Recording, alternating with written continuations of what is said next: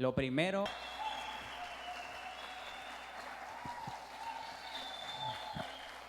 Yo creo que con esa presentación ya, como decimos en Colombia, apague y vamos. No, mentira. Gracias por este recibimiento tan lindo. Es un placer estar con ustedes, iglesia.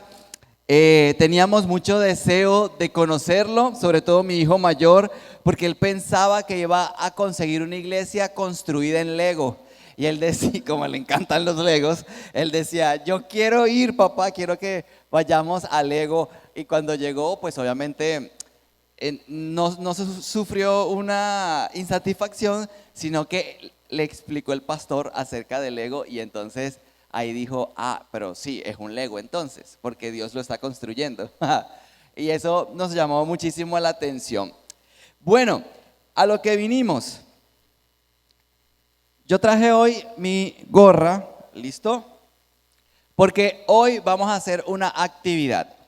Vamos a dividir, o vamos mejor dicho, a usar esta nave de aquí como un grupo. Ustedes son el equipo número 1. Ustedes son el equipo número 1. Y ustedes son el equipo número 2. Muy bien. Entonces, usted rápidamente, sin que yo me dé cuenta, va a elegir a un líder de ese grupo. ¿Ok? Elíjalo rápidamente, por favor. Elija a un líder. Eso, los líderes se colocan al frente, el líder de acá, el grupo número 1. Muy bien, puede que gane el equipo número 2. No. O puede que gane el número 1. Eso. Pero todo depende, porque en esta dinámica vamos a tratar de ir atrás. Vamos a hacer un back to the future, es decir, como un paso atrás. Y vamos a jugar. En este caso no es el rey dice, sino el capitán dice, porque acá la orden la voy a dar yo y ustedes tienen que buscar los objetos que yo les diga. En sus equipos, ¿Listo? Ustedes no pueden salir de su silla, ustedes se pueden levantar hasta ahí, pero no pueden como correr o buscar. El único que se va a mover es a ese capitán que ustedes han escogido, ¿ok? Y yo voy a pedir cosas y ustedes tienen que buscar en su equipo esos elementos. ¿Estamos claros? Bien, entonces vamos a tener 30 segundos.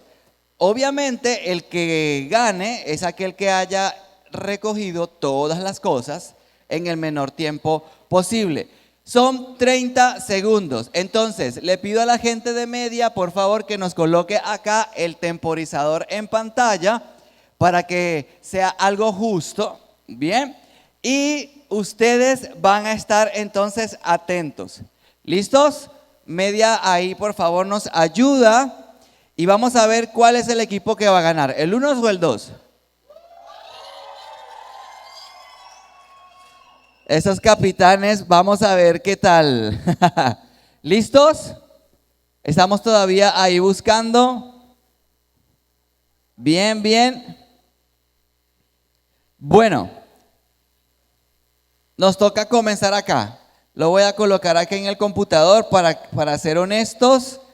Listo, y acá vamos a colocar el temporizador en 30 segundos.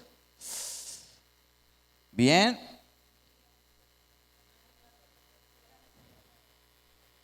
Ok, el primer objeto que van a buscar es un pañal de bebé. Vamos,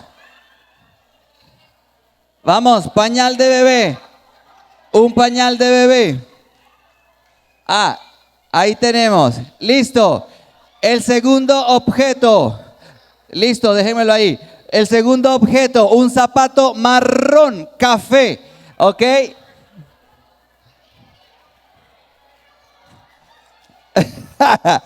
Tercer objeto, una correa.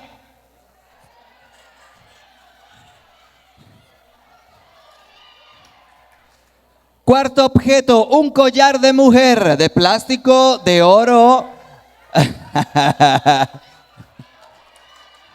Ajá. Un bolígrafo azul.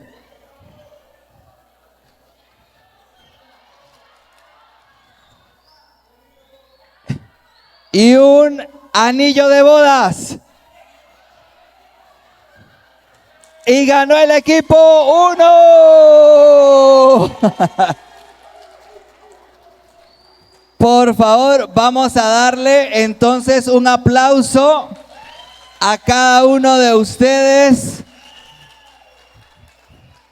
Devuelvan sus pertenencias porque aquí somos cristianos, por favor. Sobre todo el de la pecuequita. No, mentiras. No, mentiras. Qué increíble. ¿Se acuerdan cuando estábamos todos en el recreo? Y jugábamos, yo creo que los chicos de pronto de 30 para abajo no los jugaron tanto, pero de 30 para arriba sí. Simón dice, el rey dice, y había que buscar, ¿cierto? Y había que correr. Bueno, precisamente así como jugábamos en la escuela, desde pequeños aprendimos, ¿verdad?, que hay personas en autoridad. Hay personas, sí, que tienen esa capacidad o esa habilidad de dar una instrucción y de poder entonces obedecerlas. En ese juego siempre estaban los pilas. ¿Se acuerdan? Porque obviamente siempre buscaban las cosas más difíciles y uno tenía que buscar y correr por todos lados. Ahora los que estamos casados seguimos jugando eso. Lo que la esposa dice. Uno viene cansado ya llegando a la casa, ¿trajiste leche? Corra a buscarlo, ¿trajiste pan? Pero ahí seguimos. Pero ese recuerdo tan lindo, vuelvo y repito, nos hace pensar y saber que tenemos nosotros ese fundamento o esa parte de entender que la obediencia a la autoridad es importante. Nosotros tenemos hoy en día padres, maestros, líderes, mentores, amigos, ¿cierto?, que tienen esa autoridad en nosotros, pero es por la confianza que se han ganado, ¿cierto? La confianza nos da esa alianza o ese clic de poder nosotros entonces obedecer. A veces cuando no tenemos confianza, ¿cierto?, uno normalmente no obedece, porque uno tiene la desconfianza de, ¿y si yo hago eso, qué me va a pasar o qué me va a suceder? ¿Sí? Entonces, cuando nosotros, ¿verdad?, tenemos confianza, entonces somos obedientes. Y yo creo que ya usted más o menos está ya tomando el hilo de lo que queremos conversar hoy. Cada uno de nosotros tiene algún cargo de autoridad. Algunos de los que están acá son jefes en algún área en el trabajo. Levante la mano. Sí, bien. Algunos son docentes o maestros. ¿Verdad? Eso es algo de autoridad. Algunos son madre o padre. Levante su mano. Algunos de los que están acá son hermanos mayores. Algunos de los que están acá son líderes de la iglesia. Sí, entonces tenemos en cierta forma, cada uno de nosotros estamos ejerciendo, entonces en nuestro círculo cercano estamos ejerciendo algún tipo de autoridad. Y aunque nosotros estamos teniendo un problema serio de autoridad en este momento a nivel global, vamos a aprender acerca de la autoridad. Y precisamente hoy comenzamos una nueva serie que está enfocada en esos momentos en el que el corazón de Dios fue agradado y sorprendido por la fe de algunos. Y cómo podemos de manera práctica seguir ese ejemplo. Responderemos una gran pregunta que algunos nos hemos hecho. ¿Qué hace que Dios se sorprenda? ¿Se ha preguntado usted eso? ¿Qué hace que Dios se sorprenda? ¿Qué es aquello que hace que Dios diga wow? ¿Sí? Dígale al de al lado, wow. Ay, si son solteros, ojo, yo veré. A mí no me echen la culpa. No, mentira. ¡Guau! Mire, en Colombia hay una cadena de almacenes que ustedes deben de conocer, que es la cadena Éxito. No sé si algunos estuvo acá en Venezuela hace tiempo. Y ellos ahora tienen un mega mercado o un mega almacén y le llaman Éxito Wow. Y ellos hablan de eso. Incluso no es propiamente de éxito. Se está conociendo en este momento esa experiencia wow, y es cuando la persona dice, uff, esto es demasiado, esto es bueno, esto es más allá de lo que yo podía pensar. Y las empresas están siempre compitiendo por eso, para ese efecto wow. Y precisamente es lo que nosotros hoy queremos ver. ¿Qué es eso que hace que Dios diga wow? Entonces yo quiero invitarlo a que usted vaya a su Biblia, por favor, impresa o digital, y usted pueda buscar Mateo capítulo 8, versículos 5 al 13. ¿Sí? Igualmente lo vamos a tener aquí en pantalla. Y quiero que podamos ver la historia de un hombre, un centurión, que en realidad, aún estando en autoridad, supo reconocer y creer una máxima autoridad, algo mucho mayor que él. Aunque él tenía una autoridad grande, logró reconocer que Jesús era tenía mucha más autoridad que él. Entonces, acompáñame a leerlo. Dice el versículo 5, del 5 al 13. Entrando Jesús en Capernaum, vino a él un centurión rogándole y diciendo: Señor, mi criado está postrado en casa, paralítico, gravemente atormentado. Y Jesús le dijo: yo iré y lo sanaré. Respondiendo el centurión dijo: Señor, no soy digno de que entres bajo mi techo. Solamente di la palabra y mi criado sanará. Porque también yo soy hombre bajo autoridad y tengo bajo mis órdenes soldados. Y digo a este: ve, y va. Y al otro: ven, y viene. Y a mi siervo: haz esto, y lo hace. Al oírlo, Jesús se maravilló y dijo a los que le seguían: de cierto os digo que ni aún en Israel he hallado tanta fe. Y os digo que vendrán muchos del oriente, del occidente, y se sentarán con Abraham e Isaac y Jacob en el reino de los cielos. Mas los hijos del reino serán echados a las tinieblas de afuera. Allí será el lloro y el crujir de dientes. Entonces Jesús dijo al centurión: ve, y como creíste, te sea hecho. Y su criado fue sanado aquella misma hora. Qué lindo, ¿verdad? Este texto. Vemos que acá Jesús, al parecer, ya era conocido, tenía popularidad, estaba realmente empezando su ministerio. Y seguramente este hombre, este centurión, ya había escuchado hablar de Jesús.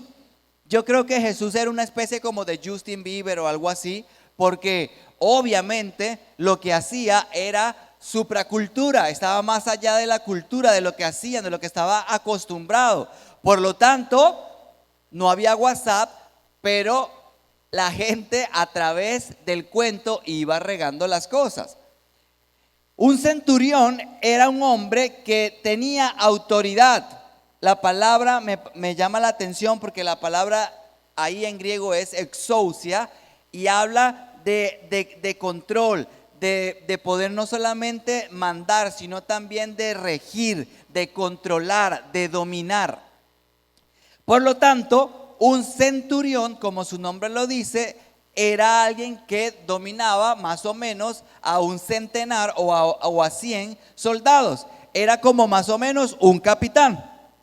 ¿Sí? Hoy en día, más o menos en el ejército, alguien que controla a 100 soldados es un capitán. Entonces, en una época donde no había ningún tipo de relación cordial entre romanos y los judíos, este hombre se acerca a Jesús y se acerca a hacer una petición bastante inusual, ¿cierto?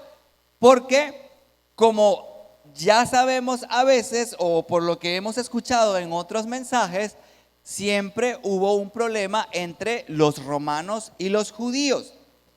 Algunos historiadores mencionan que los judíos no querían a los romanos por obvias razones. ¿Por qué? Porque los veían o los tenían como unos invasores, porque recuerden que cuando entra el Imperio Romano, subyuga a los judíos.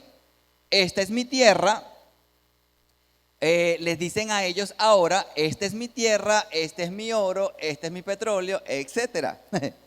Entonces, algo así es como el Imperio Romano se metía en esa cultura y comenzaba a oprimir a la gente. Porque los romanos eran, en el buen sentido de la palabra, brutos, es decir, no mediaban palabras, no eran políticos. Es lo que yo te pido, eso es lo que tienes que hacer. ¿Ok? Entonces, en ese sentido, por supuesto, los judíos no querían nada con este centurión o con los romanos. Pero además de eso, el romano no era un simple soldado raso. Era alguien que tenía que ser firme, disciplinado. Era capaz de imponer orden con dureza. Algunos han visto The Chosen, la serie, ¿cierto? Ahí vemos a los romanos en todo su esplendor. Son muy duros. Y esto es lo que estamos viendo en este pasaje. Por lo tanto, no era normal que un oficial romano llegara ante Jesús a rogar y mucho menos a pedirle por alguien que era esclavo de él. De manera tal que las circunstancias que estaban sucediendo en ese momento, la cultura o cualquier otra cosa, eran realmente especiales. Pues el centurión estaba saltando todos esos problemas sociales, todos esos problemas que tenían aún religiosos, y es lo que quiero invitarlos a ver qué fue lo que hizo que este hombre hiciera precisamente ese efecto wow en Jesús. Porque la fe que impresiona a Dios comienza entendiendo quién es Jesús. Así que hoy quiero que destaquemos 3 características de la fe de este centurión. ¿Cómo es una fe que asombra a Dios? Pregúntale al de tu lado, ¿cómo crees tú que es una fe que asombra a Dios? Ahí, rápidamente. 10 segunditos. 9, 8, 7, 6, 5, 1. Se acabó el tiempo. Entonces, vamos a ver esas 3 características. Y me gustaría que usted, si está tomando notas, usted lo pueda hacer y luego reflexionar mucho más en lo que estamos hablando. Número 1. La fe que asombra a Dios es una fe que muestra compasión. Durante este fin de semana en la actividad de Movida estuvimos hablando de la compasión. Y la compasión es aquella capacidad de sentir el dolor de otra persona y permitir que ese dolor nos impulse a hacer algo. Porque si no, lo contrario es lástima. Y con la lástima nadie hace nada. Ese hombre fue a rogar, dice el versículo 5. ¿Cómo cree usted que es un ruego? Hola, ¿cómo estás? Vengo a pedirte un favor. ¿Será que tú es que me da pena? ¿Usted cree que ese es un ruego? No, ¿verdad? No. Yo me imagino que ese hombre llegó, por favor, Jesús, ayúdame. Algo parecido a eso. Porque un ruego es eso, ¿cierto? En el mundo romano, un esclavo era perfectamente reemplazable. como usted y yo en una empresa. Una vez se le cuesta tomar la decisión de salir de la empresa, ¿verdad? Y te botan y tú dices, ¿por qué? 25 años en la empresa. Chao, que te vaya bien. Y usted se entera y pusieron a fulano. Apenas te fuiste, pusieron a fulano o a fulano. Y uno, ¿qué? Es lo mismo. Para el romano, un esclavo era perfectamente reemplazable. Es decir, un esclavo ni siquiera era importante. Era un objeto más. Y aún así podemos ver el corazón compasivo de este centurión que estaba rogando por este hombre. Y es interesante que ante las características que antes les di acerca de un centurión, que debería ser alguien que controla, bravo, muy dominante, vemos en Lucas capítulo 7 que este hombre al parecer era distinto. Porque también dice allá en Lucas capítulo 7 que este hombre era digno de que se le concediera ese milagro, pues él amaba la nación de Israel. Y además de eso, había construido una sinagoga. Es decir, este hombre no está reaccionando de una manera así como rara, como sorpresiva. Esto ha venido construyendo o ha venido sucediendo o transformando en él algo que cuando llega el momento de rogar, ya él tenía algo previo en su cabeza. Porque un corazón entendido y piadoso es resultado de un entendimiento de quién es Jesús. La piedad, la compasión, no es algo que se ejercita, con todo respeto, con monjas o monjes tibetanos, porque ahí estamos practicando una especie de lástima. Pero la compasión, el sentir algo y actuar, es producto de entender quién es Jesús. Y este hombre había estado simpatizando con las costumbres judías. Por eso seguramente amaba a Israel y también por eso estaba haciendo cosas para que los judíos se reunieran e hicieran lo que tenían que hacer. Y mi pregunta para ti en este momento es: ¿tienes una fe que solo cree para tus propios propósitos o también cree, confía y se mueve por otros? Porque este hombre, aunque no tenía nada de problema, no tenía ningún problema, por un simple esclavo que no valía nada, fue a rogar a Jesús. Y a veces estamos teniendo personas a nuestro alrededor y estamos sintiendo es lástima, pero no estamos haciendo nada para cambiar su realidad. Y el evangelio no solamente se vive de palabra, el evangelio también se vive de acciones.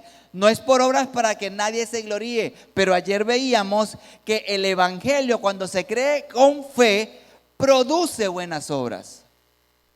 Es evidente, o mejor dicho, se evidencia el evangelio a través de las buenas obras. Y este hombre definitivamente estaba dando evidencia de esa fe. Entonces, ¿cuál es la primera característica? Una fe que asombra a Dios es una fe que muestra compasión. Ahora vamos a ver la segunda característica. Una fe que asombra a Dios es una fe que muestra humildad. Dile al de al lado, humildad. Pero díselo bien, no, humildad, no, porque si no, no estamos siendo humildes. Humildad. Y hay algo curioso con respecto a la humildad del centurión. Porque muchos de nosotros queremos llegar a estar en un puesto de autoridad también para humillar, no para ser humildes, ¿cierto? Para controlar. Pero miren lo que el centurión en el versículo 7 al 9 vemos que hizo. Y Jesús le dijo: yo iré y lo sanaré. Respondió el centurión y dijo: Señor, no soy digno de que entres bajo mi techo.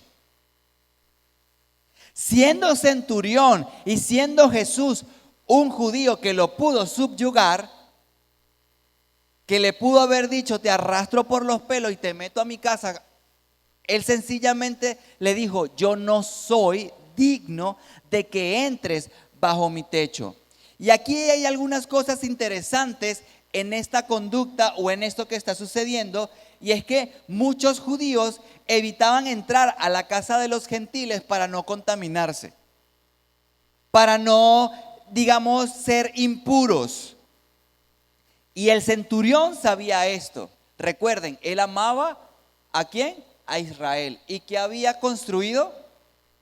Una sinagoga. Entonces él entendía la cultura, por lo tanto él le dijo: no entres a mi casa porque yo no soy judío, yo no soy israelita. Pero vemos la humildad en el que no hizo abuso de su autoridad ante Jesús. Fue como decirle a Jesús: es que no te quiero meter en problemas, es que no quiero que tengas un rollo por mi culpa. Y este hombre reconoció que no era digno y que por lo tanto no fue a exigirle, a demandarle a Jesús. Y esto es algo muy lindo, porque a veces a nosotros también nos falta humildad para llegar ante Dios. Se nos olvida que Él es el Rey de Reyes y Señor de Señores. Se nos olvida que todo lo que vemos creado y lo que no también, el mundo molecular, por ejemplo, o lo que está fuera en el espacio que nunca lo hemos visto, todo eso lo creó Dios. Y este es su reino. Y yo estoy solamente puesto aquí gracias a Él. Y a veces no tenemos la humildad de reconocer eso delante de Dios.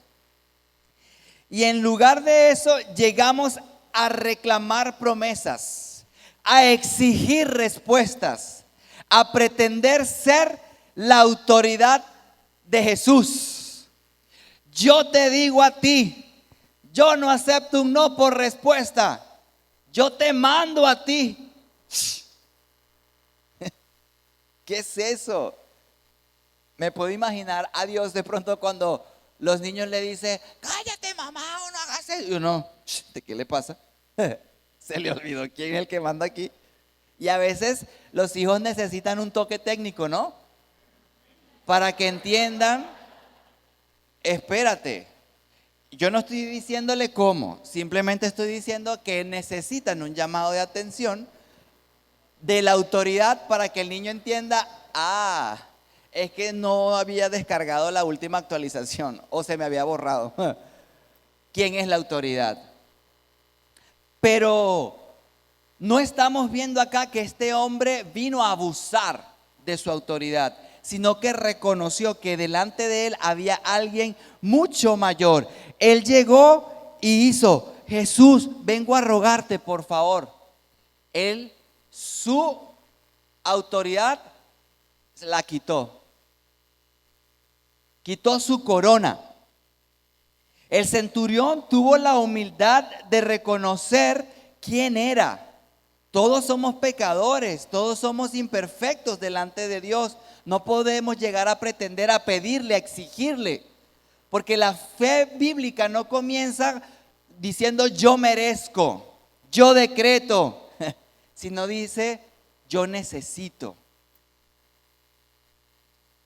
Y eso es consecuencia de conocer el corazón y las infinitas posibilidades de un Padre Celestial que me ama.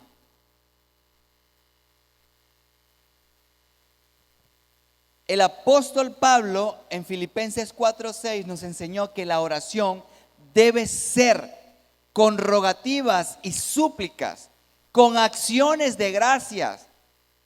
Yo ruego y yo pido, pero a la vez doy gracias, porque si no se hace como yo digo, entiendo que su voluntad es buena, es agradable y es perfecta.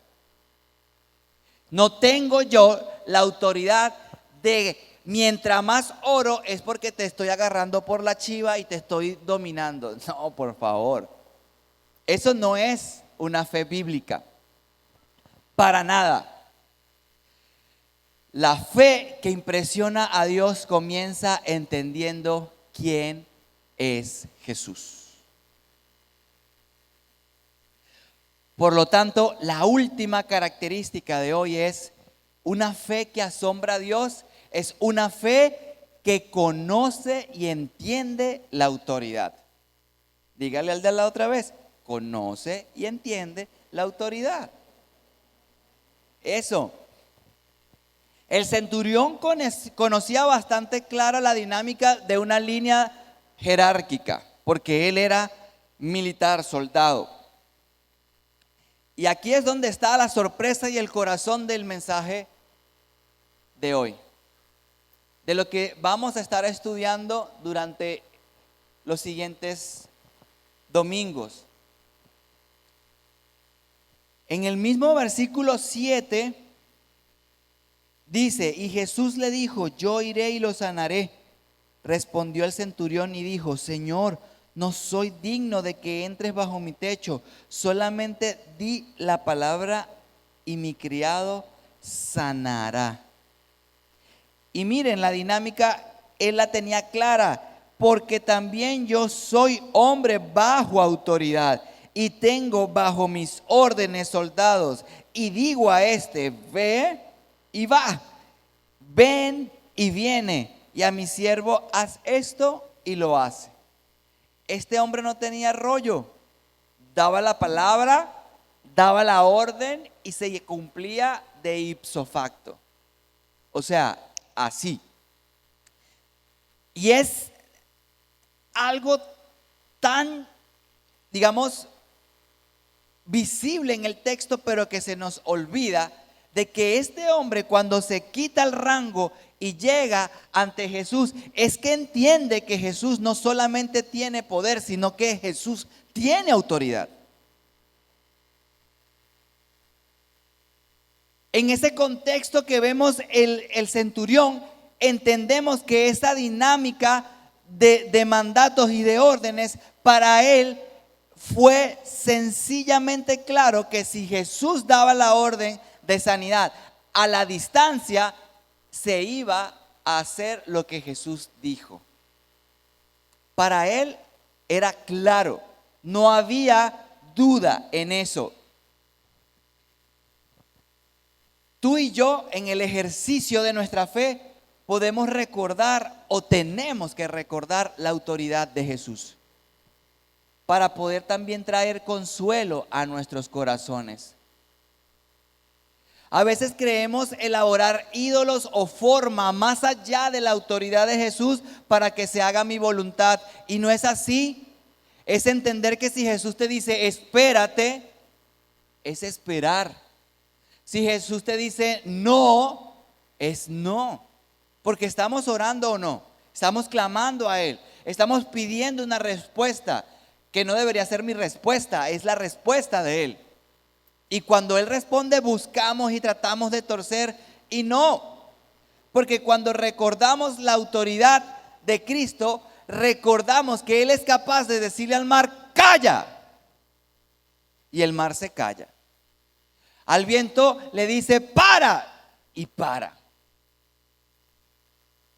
La autoridad de Jesús se cumple en el mundo físico y en el mundo espiritual.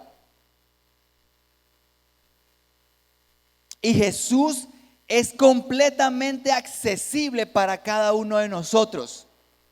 Pero debemos tener la humildad de reconocer su autoridad. Hoy estamos ante una sociedad que nos está impulsando a no reconocer a Jesús como Señor, a no reconocer su palabra como autoridad para nuestras vidas. Y nos estamos envolviendo a veces, nos estamos de pronto haciendo como esas mezcolanzas, como esas mezclas, ¿sí? A veces estamos abrazando la palabra, pero también abrazamos el feminismo. Estamos abrazando la palabra, pero también abrazamos un poquito esta metodología o ciertas cosas de allá del hinduismo, del budismo. Porque creemos que la autoridad no es suficiente. La fe que impresiona a Dios comienza entendiendo quién es Jesús.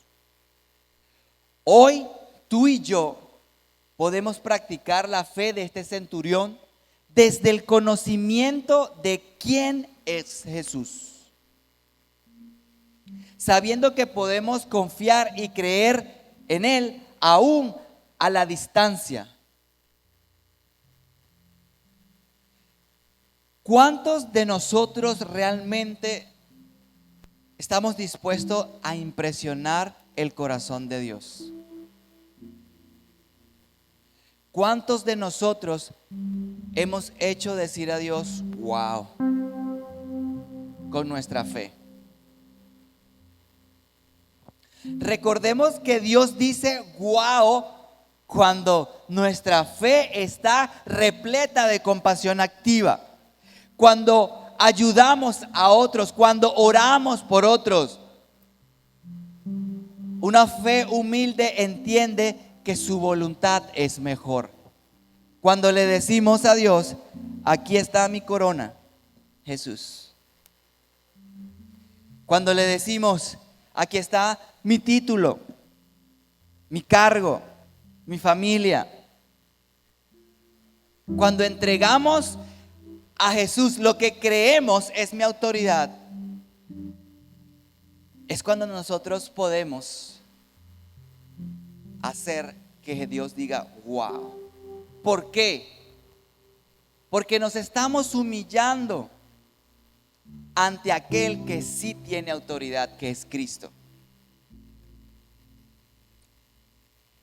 Y yo hoy te invito a reflexionar sobre este tema que estamos comenzando hoy en esta temporada y la fe que has desarrollado hasta ahora. Nadie te está impulsando a que tienes que tener un nivel tal día, tal hora, tal momento. No, Dios no funciona como un microondas. La iglesia tampoco es un microondas. El desarrollo de nuestra fe es mediante la relación con Cristo, la relación diaria con Él, en oración y en la lectura de su palabra. Así que, para dejarte una tarea de este texto y de lo que hoy hemos hablado, quiero pedirte que en esta semana pienses y escribas en tu cuaderno, en tu blog de notas o en las redes sociales algún momento en el que has orado a Jesús a favor de alguien más y qué hizo Dios al respecto. Porque a veces creemos que Dios no nos escucha y sí lo hace. Solamente que nos envolvemos, nos entretenemos en el día a día de nuestra rutina y no logramos ver cuando Dios está orando. Lo segundo que te quiero invitar es: ora a Dios a favor de alguna persona que sepas que tiene una necesidad concreta y cree que Dios lo volverá a hacer. Haz algo. No solamente ora y siente, actúa. Porque así como el centurión se movió a favor de alguien, aún no teniendo necesidad, aún no teniendo la importancia para él, porque ni familia era, pero entendió quién era Jesús y lo que podía hacer Jesús. Fue un intercesor y tú puedes ser un intercesor. Esta iglesia ha sido y es un centro de acopio para ayuda a muchas personas en La Guaira. Pero no es algo momentáneo y ya, es algo que debe ser constante. Es algo que la iglesia funciona para eso, para ayudar a los demás. Por eso yo te invito a que podamos orar de una manera corta allí en lo personal, que tú puedas cerrar tus ojos, porque nosotros como humanos no tenemos la capacidad de desarrollar esa fe en nosotros. Es el Espíritu Santo el que Dios nos ha dejado para que Él sea el que nos transforme, nos cambie, nos mueva, nos llene y que esa fe pueda ser avivada. Hoy, Jesús, oramos a ti. Oramos para que seas tú dándonos esa fuerza para que nuestra fe crezca, para que podamos cada día, a través de una relación íntima y personal contigo, podamos hacer crecer esa fe que te pueda hacer decir: wow, cuánto has crecido, hijo mío, cuánto has crecido, hija mía. Aún a pesar de los errores, de los traspiés, de las caídas que has sufrido, te has levantado porque me amas y crees en mi autoridad y me buscas. Fortalécenos, Señor, para que podamos también buscar a otros y ayudarlos y fortalecerlos, Señor. Para que podamos, Dios mío, reconocer tu autoridad y poner a tus pies todo lo que somos y todo lo que tenemos, para que tú obres a través de nosotros, Señor. Porque un día vienes por tu iglesia y estaremos cantando por siempre: santo, santo, santo. Pero para poder llegar a eso tenemos que entender en esta vida quién eres tú, Jesús, y poner nuestra fe en ti, poner nuestros ojos en ti, el autor y el consumador de la fe. Oramos, Señor, a ti y clamamos a ti en esta mañana, Señor, y elevamos a ti, Señor, este canto de nuestro corazón, Señor. Nos unimos a ti, Señor, en este momento con los ángeles que te cantan: santo, santo a ti, Dios. Te adoramos y te glorificamos, Señor, en el nombre de Jesús.